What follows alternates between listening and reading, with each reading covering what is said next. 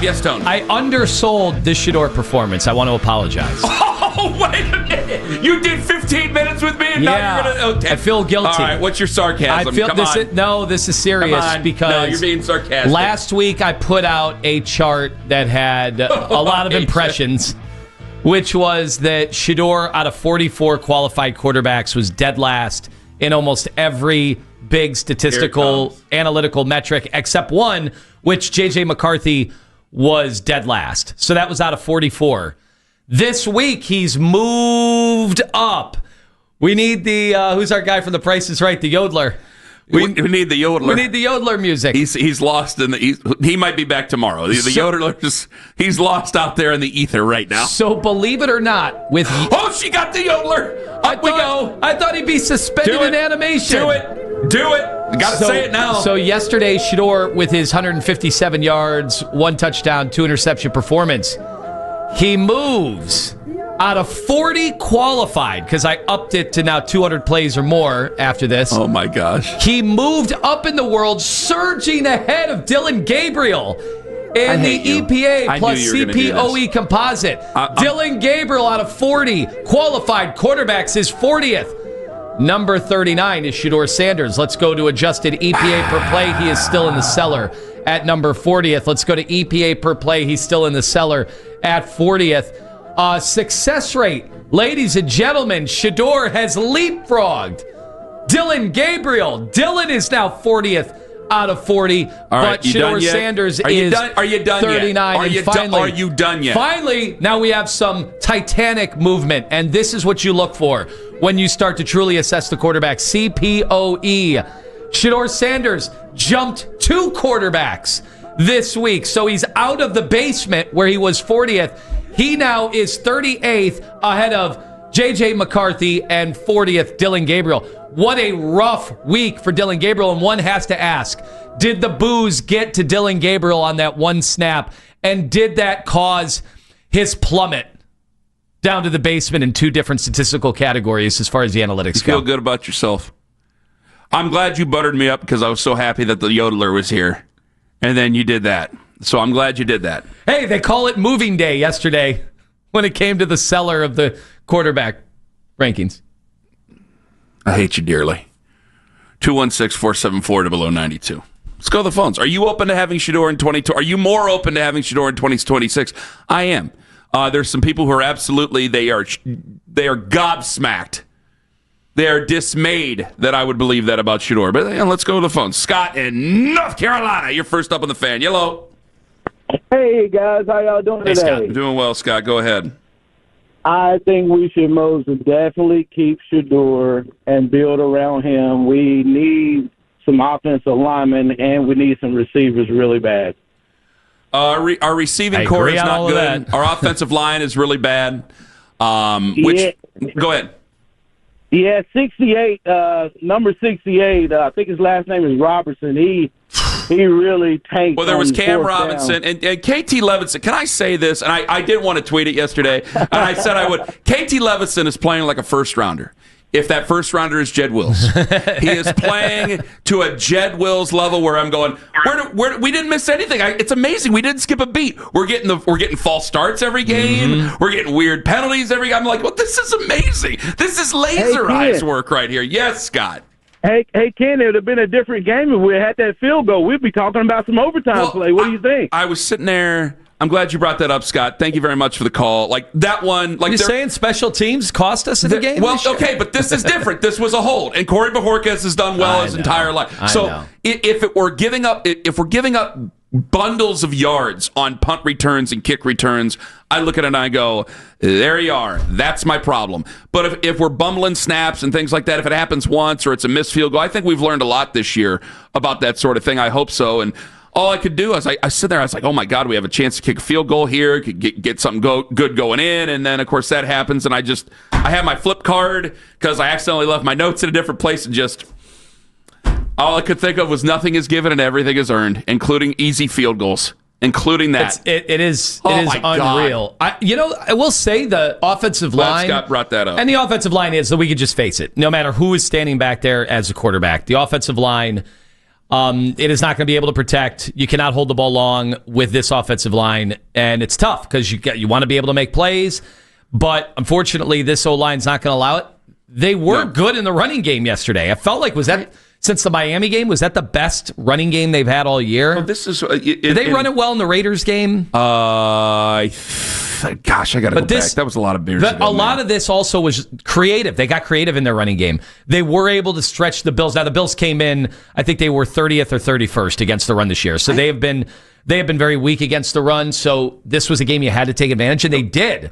I just thought that would lead to them being able to open up the play action game. And I think they even JJ Watt even said that on the broadcast. Like he expected them to be able to go to some play action a little more. The reason I feel this way about Shedeur, and the reason I think you're surprised, is I feel that even though there were 2 bad interceptions, and in the first one I know people were wondering whether or not it was on Quinshawn. I'll be on the record, I think it was on Shedeur. But the reason I'm decidedly more open to Shedeur playing than I ever was in 2026, starting in 2026, is because I think that he had more of a command over the offense. I think he had more of a command over the situation. And guys, we are 5 games into this, and I know you just gave me some numbers that are just absolutely dreadful. Okay, fine. I'm fighting you on that. We are 5 games into this.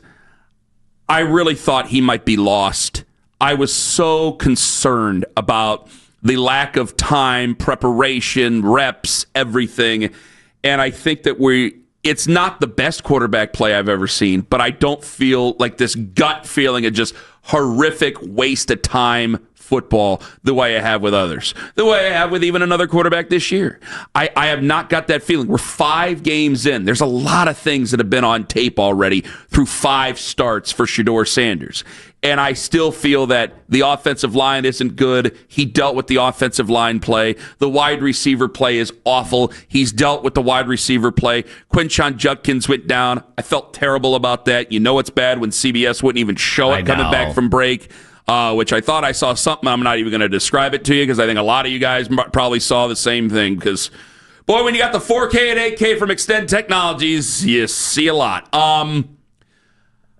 I think there's so many things going against him, and I think he's handling it better than I thought. By the way, I agree with you. You do. I actually agree with you on. Well, we're tiptoeing around an argument here, and I just don't want to. It's the holiday season. I don't want to start tooth and nail right now. I'll be honest. I expected the Shedeur experience to be total disastrous. It's been better than that. I thought it was going to be a Browns disaster. Yeah, and it's not even losses, but it's not even a Shedeur thing. That was more of a Browns disaster. You're down to the 4th-string quarterback for the Cleveland Browns. I expect them to just these games all to be blowouts, and it hasn't been. Shedeur has been better than I thought, but that's not the bar. The bar is not comparing him to the awful Browns quarterbacks of yesteryear, and the bar certainly, and I keep hearing this in other places, and I don't understand it, the bar is certainly not comparing him to Dylan Gabriel. Dylan Gabriel's not even a part of any of my math. Yeah. I don't ever bring up Dylan Gabriel. I'm not going to boo him. I think that's weird, and I think that just is nonsensical. We'll talk about it again. I don't even understand where that's coming from. It's not. Dylan seems like a great kid. What are you booing his girlfriend because she made a couple TikToks? Like, who are you booing? We'll talk about it again later. But outside of that, no, Dylan Gabriel is. I don't even know if he's a career backup, and I challenged people on that from the moment we took him. I don't even understand what the need to draft him was. They ended up getting Shedeur in the 5th, but just for a lot of the conversations we've had, I almost wish he just would have taken Shedeur in the 3rd and just left off Dylan Gabriel completely. Yeah, we'd have more games. You'd be closer to knowing, wouldn't you? You'd have more of an evaluation. It'd still be tough because of the receivers, and now you lost your running back. Although they somehow ran the ball better.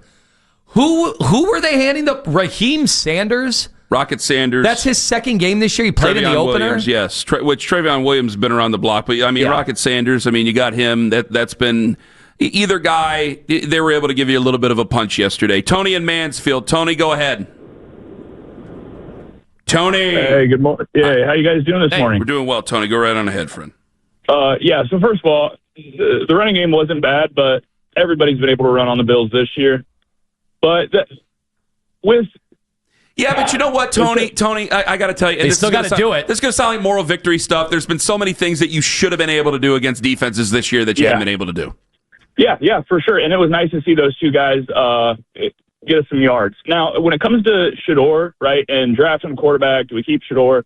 Ken, I'm going to have to kind of agree with you now. I hated the offense with the dink and dunk, but the problem is, and this is what I want to ask Tone, it's like, it's almost impossible to evaluate Shador because, you know, we talk about all these other teams deal with certain issues, right? It's like, well, it's the league. Everybody deals with it. I watched every play, rewound it, and then watched the offensive line every play, and then the receivers. And our offensive line got destroyed. And we know this, right? But it was so god-awful. And then the wide receivers, it's like, you know, you want to talk about like the Saints with Shook. It's like, even as bad as they are, right, they have Olave. Chris Olave is 2 times better than any receiver we have that Shedeur could count on to throw the ball to. So I don't think it matters who we have at quarterback. So it's kind of scary to me. It's like, do we want to, because we're going to be picking probably 3rd or 4th in the draft. I just don't think we can afford. Now, and do I think that Shedeur Sanders is the second coming and going to be our franchise quarterback? I don't know, right? But I don't think we're in the position to give up any more draft picks to try to move up to take a quarterback like Mendoza. I don't know. So and again, I'm not saying one way or the other. I just think it's so hard in the position we're in because it's like, do we have a bad wide receiver room? Yes. Tony, I think it's not just bad. I just think it's okay on December.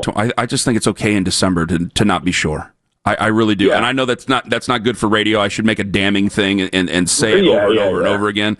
And Tony, thank you for the call, but I think you're perfectly fine, and I think you represent a lot of people. I think there's a lot of people going, well, you know, maybe, I think everything not. he said was 100% fair. You didn't hear me jumping on him. Well, no, but I know that you don't want to sit here and have our time wasted again by watching another quarterback go play well somewhere else and going, well, we just talked ourselves out of this guy, like we'll talk ourselves out of another guy. Look, I do see your point. The beauty of that conversation is, man, you still have what could be at least 1, maybe 2, maybe 3 more high-leverage games for the guy that we might be targeting in Mendoza. Mendoza's season's not over.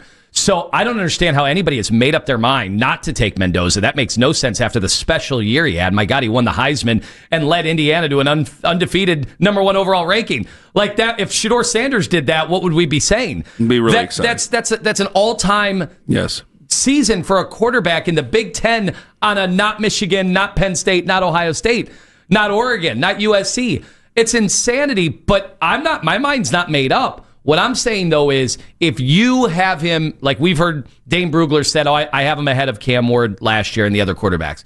Todd McShay loves Mendoza. He has him ahead of where he had Cam Ward and those guys last year.